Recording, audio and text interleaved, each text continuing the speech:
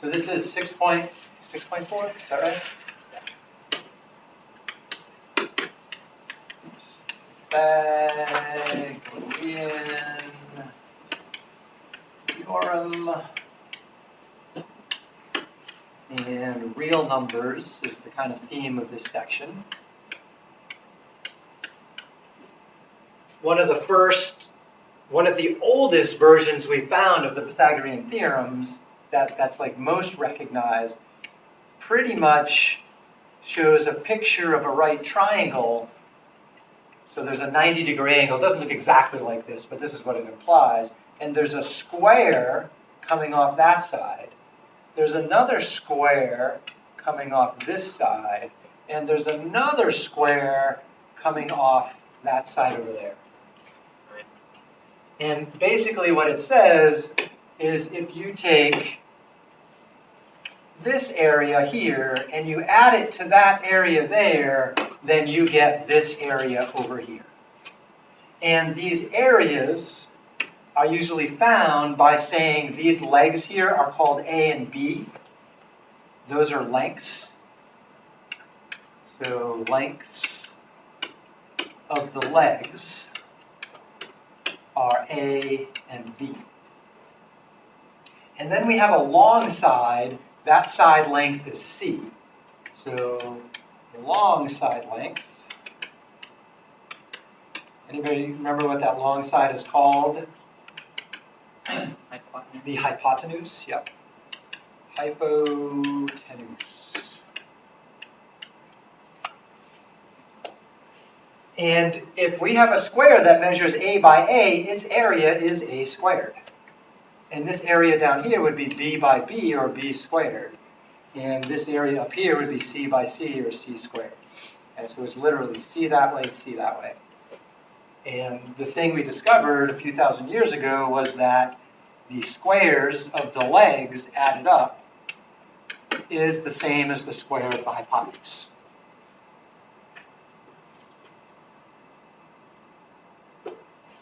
And out in the hallway the other day, I drew a triangle on the floor tiles out there. A famous example of this is a 3, 4, 5 triangle. 3 squared plus 4 squared is equal to 5 squared. You can't take any 3 numbers and throw them in there. It just doesn't work. But this one does. 3 squared is 9, 4 squared is 16, 5 squared is 25, and 9 plus 16 happens to be 25. It just works out nice. When you get 3 whole numbers that work, they're called Pythagorean triples. And there's a lot of them, but most of the time they're not whole numbers. Okay? So let's just play around with a few numbers. So Jimmy, can you give me a single digit number?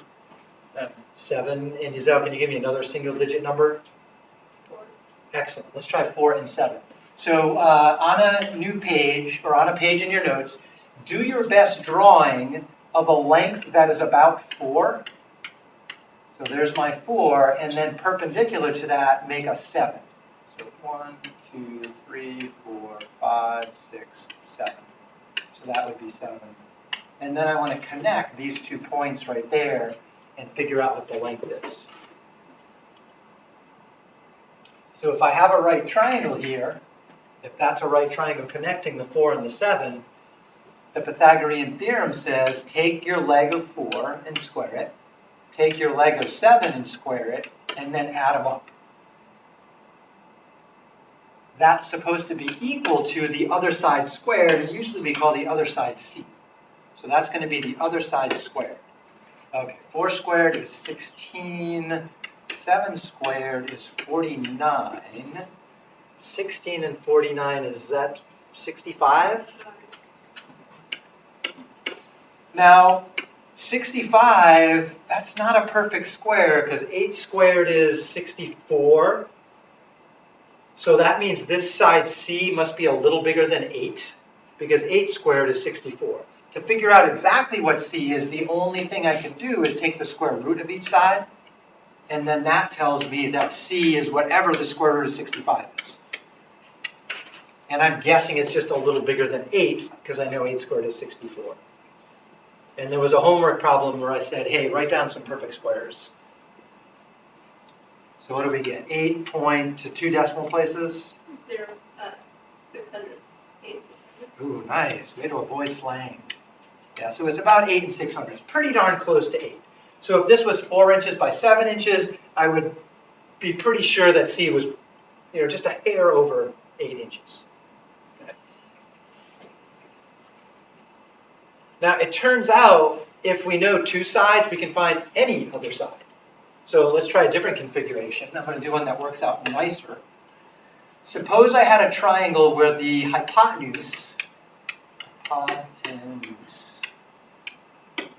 was equal to 13, and one of the legs, let's say leg B, was equal to 12. I want to know what is leg A. Before you use the formula, I want you to try and estimate a sketch of that. What does that look like as a triangle?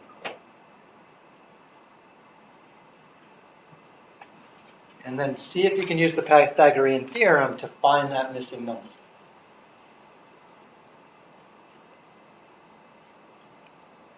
Wait, C is the hypotenuse of this? Mm-hmm.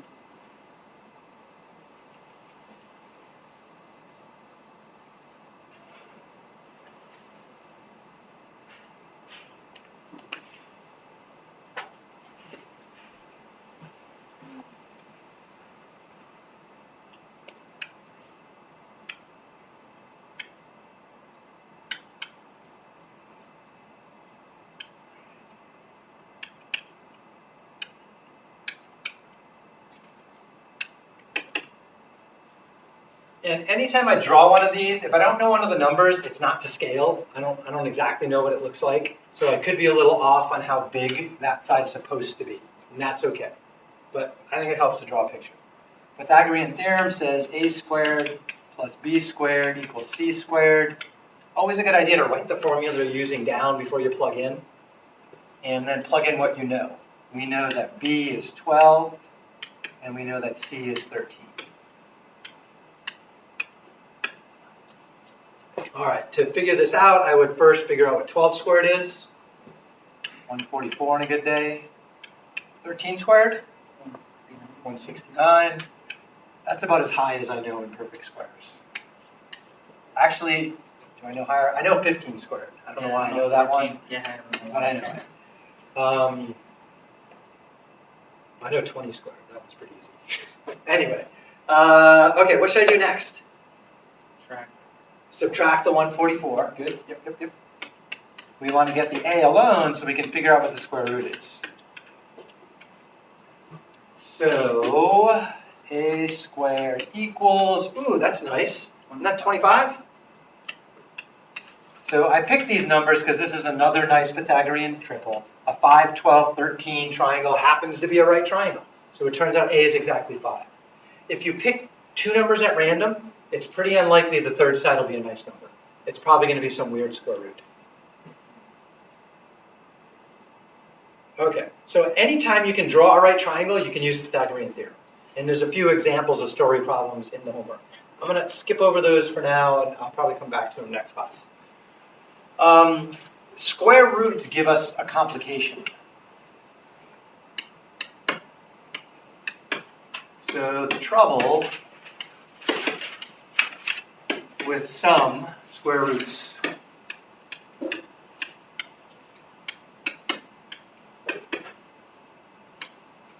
Answer, that trouble is they are not necessarily fractions. So what does that mean that they aren't fractions? So let's consider, what number did we have earlier? We had the square root of 65 versus, say, the square root of 64. Square root of 64 works out nice. That's just 8. Okay. Square root of 65, I'm going to bring it up on a calculator. Oops, button. There we go.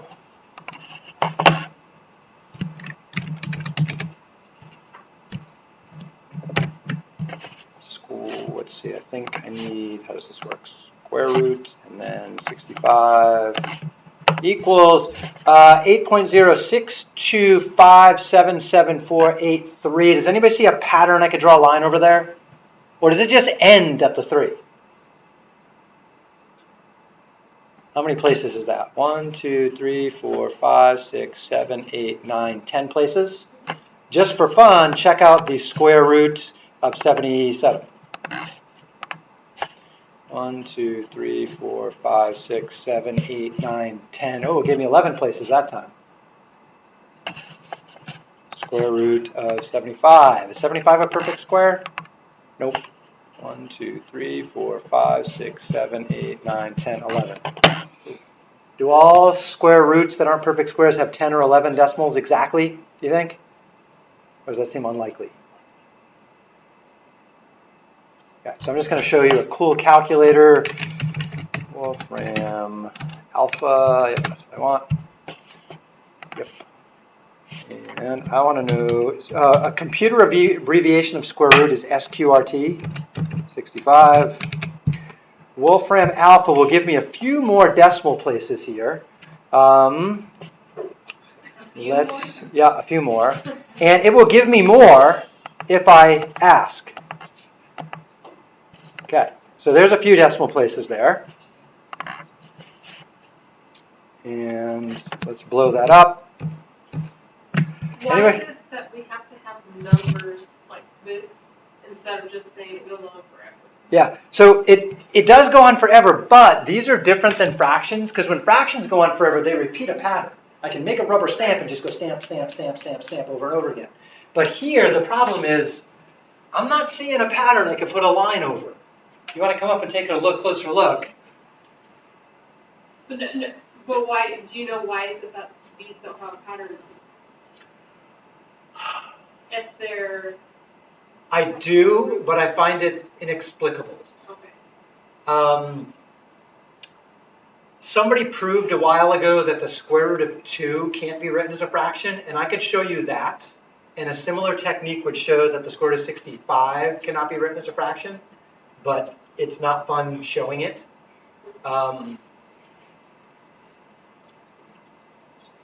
But there isn't a pattern that you can draw a bar over here, which means it can't be written as a fraction, which means there's a lot of numbers that exist that ain't fractions. But almost every number we deal with in our life, actually every number we deal with in our life is a fraction. Okay. Now you may say, well, we have numbers like this, but do we really deal with this number? Anyone actually held the square root of 65 in their hand? I mean, I could draw a triangle that's about, let's see, where did that one come from? 4 by 7. But is my drawing perfect? No, right? So this is an ideal that we can't actually realize, but that doesn't mean this number doesn't exist. It comes up when I try to make a 4 by 7 triangle. It comes up in other places too. So these are called irrational numbers. Fractions are rational because they're ratios. These are numbers that cannot be written as a ratio of two whole numbers. And they exist. So it turns out the numbers that we deal with are of two types, at least. The numbers we deal with are called real numbers. And real numbers are broken into two groups. There's the rational group, and there's the irrational group. Number can't be both rational and irrational. Rational means it's a fraction. Irrational means it's not a fraction. Ir means not rational. Rational numbers are broken up into a few groups themselves. The rational numbers have in them the integers. Integers, remember, are positives and negatives. So part of the integers are the whole numbers. Those are the positive integers that we've played with. And the whole numbers have an extra number on top of the counting numbers. So the counting numbers are a kind of whole number.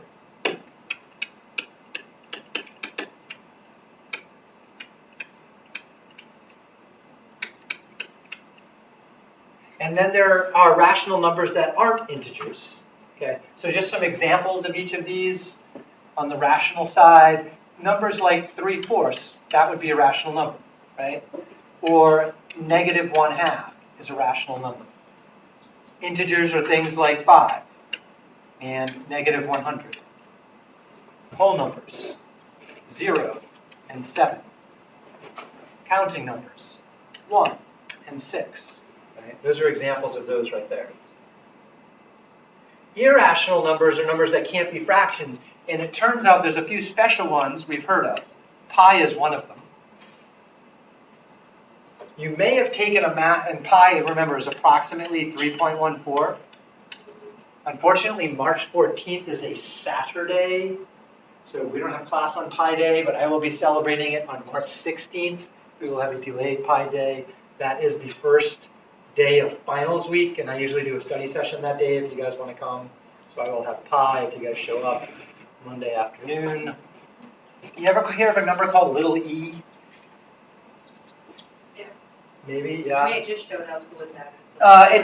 So the e when you do scientific notation is different than this one. When you're doing scientific notation, it basically means the base is 10. The next number is the power.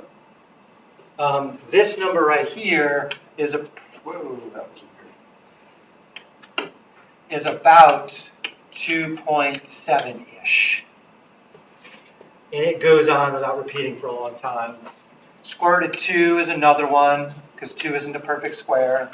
Square root of 3, because 3 isn't a perfect square. Square root of 65, we just tried to do that one.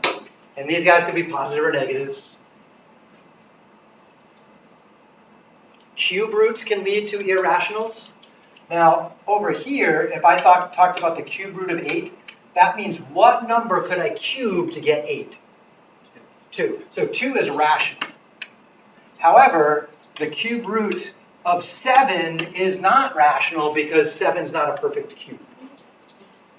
But how is 3, square root of 3 So is irrational, but yet cube from 8 is rational. So the cube root of 8, because 2 to the third power is 8, the reverse of that statement is the cube root of 8 is 2. 2 is a rational number. Right? No, I know. So Okay. what I'm saying is like it can be irrational and rational depending on. No. So rational just means you can't simplify it into a fraction. So the cube root of 8 can be simplified to 2, Okay. and 2 could be written as 2 over 1, which means it's rational, because it's the ratio of two whole numbers. But 3 equals, square root of 3 equals what? That implies the statement, new page, that there's a number that you can square to get 3. Okay, so we could try and guess at that. Okay, so my first guess would be 1.5. Is 1.5 a rational number? Answer, yeah. It's 1 and 5/10. That's fraction. It's rational. What happens if we square 1.5? Whip out a calculator. Help me out here.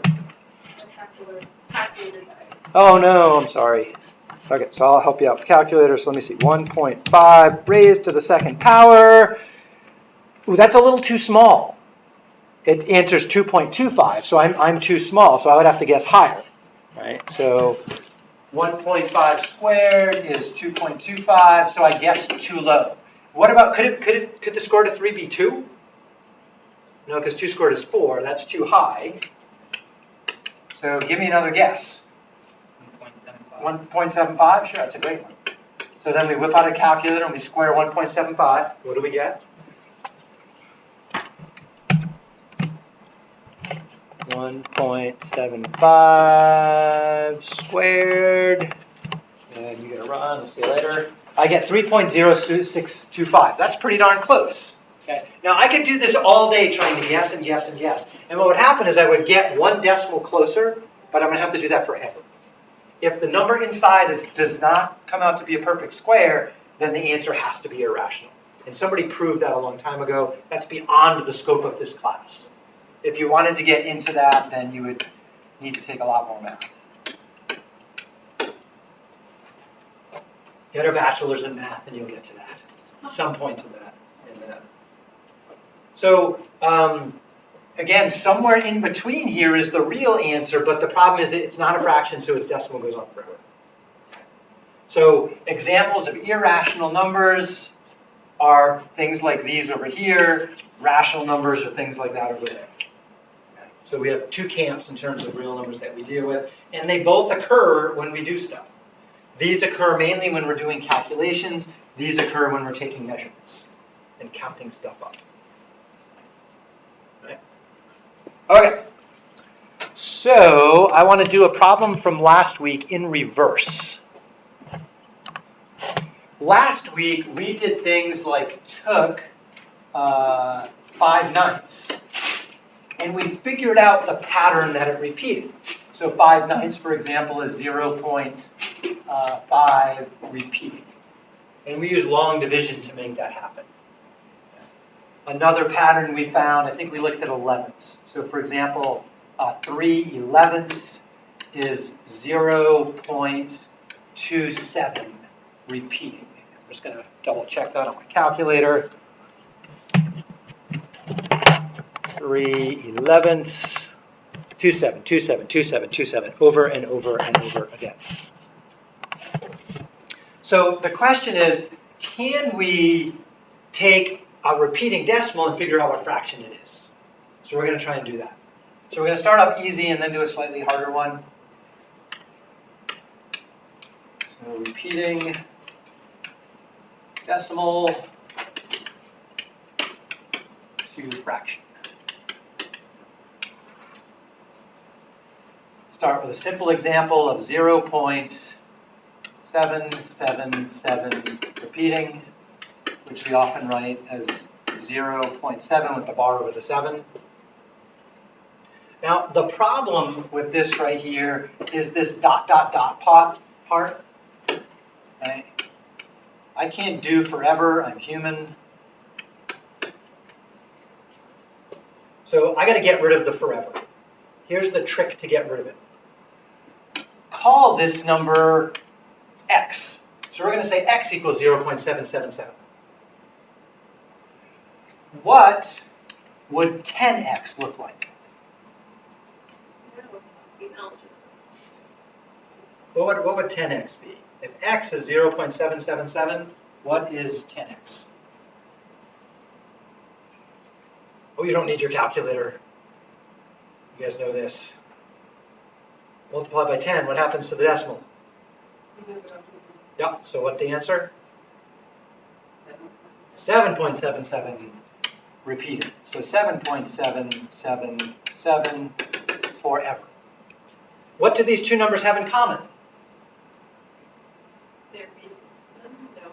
They're base 10. They have way more than that in common. What do they have in the tens place? 7. What do they have in the hundreds place? The thousands place? The 10,000s place? They always match. So what we're going to do is we're going to do a little subtraction. From 10x, we're going to take away x.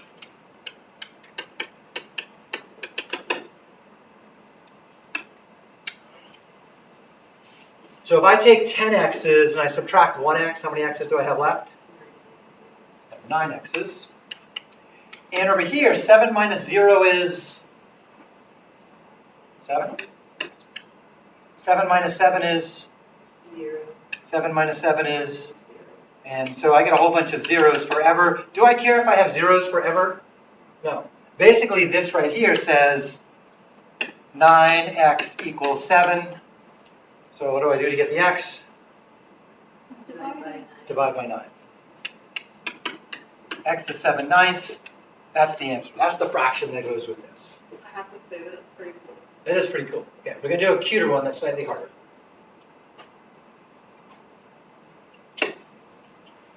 Let's say we have 0.3535 repeating, so just the 35 repeats. We're going to pull the same trick almost. We're going to say, yeah, let's call it x again. Okay, what did I do last time? You added the 10. I multiplied by 10. Right, so that gave me 10x So in this case, I would get 3.5353. Do those line up nice? The decimals? Do they have the same tenths and the same hundreds? No. What should I multiply by instead of 10 then to get them to line up? 100, yeah. So that didn't work so good. Let's try 100x. That gives me 35.5353 forever. Now they line up.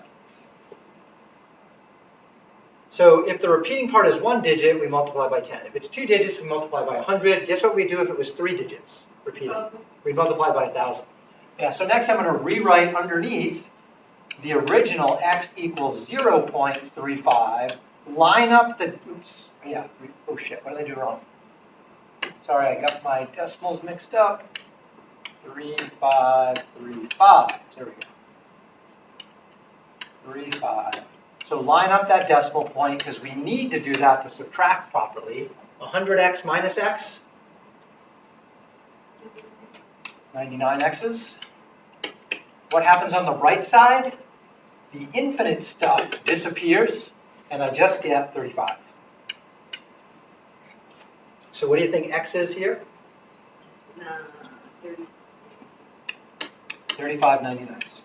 Now sometimes these will reduce. I don't think this does. Let's see, 35 is 5 times 7. 99 is 9 times 11. They don't have anything in common, so that doesn't reduce. That's the answer.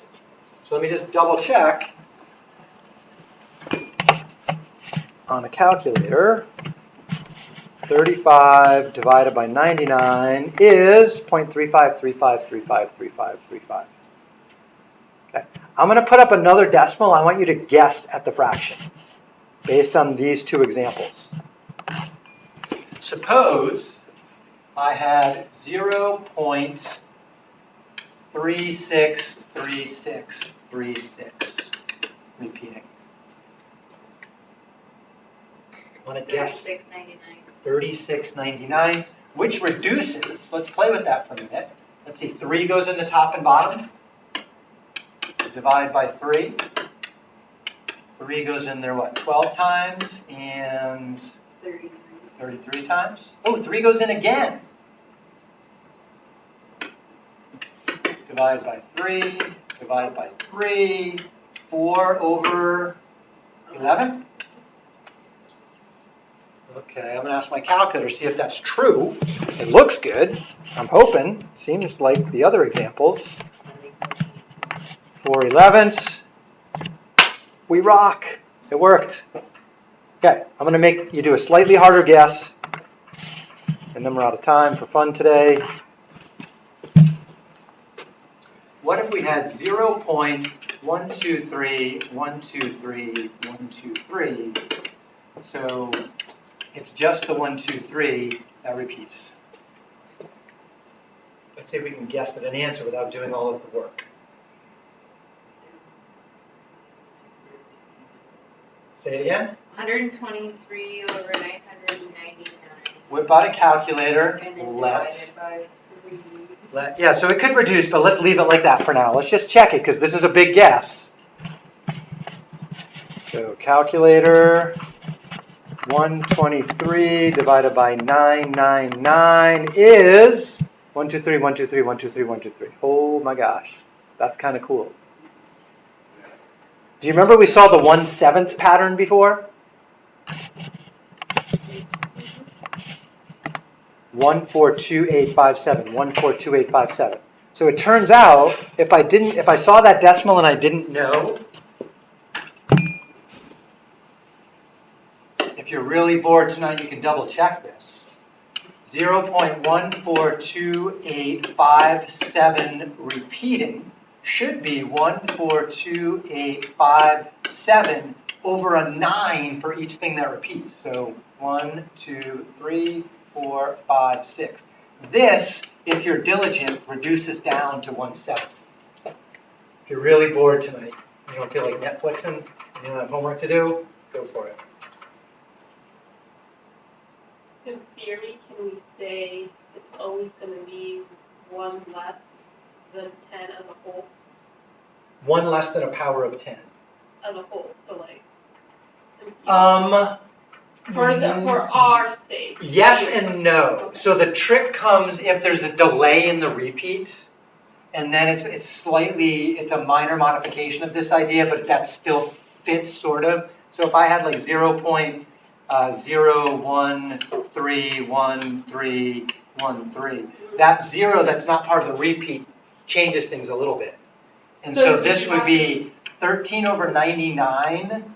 That would give me the decimal point there. So I just make it smaller by multiplying by 10 in the bottom. And then that would do it. The harder part is what if that was something like 0.21313 and only the 13 repeated.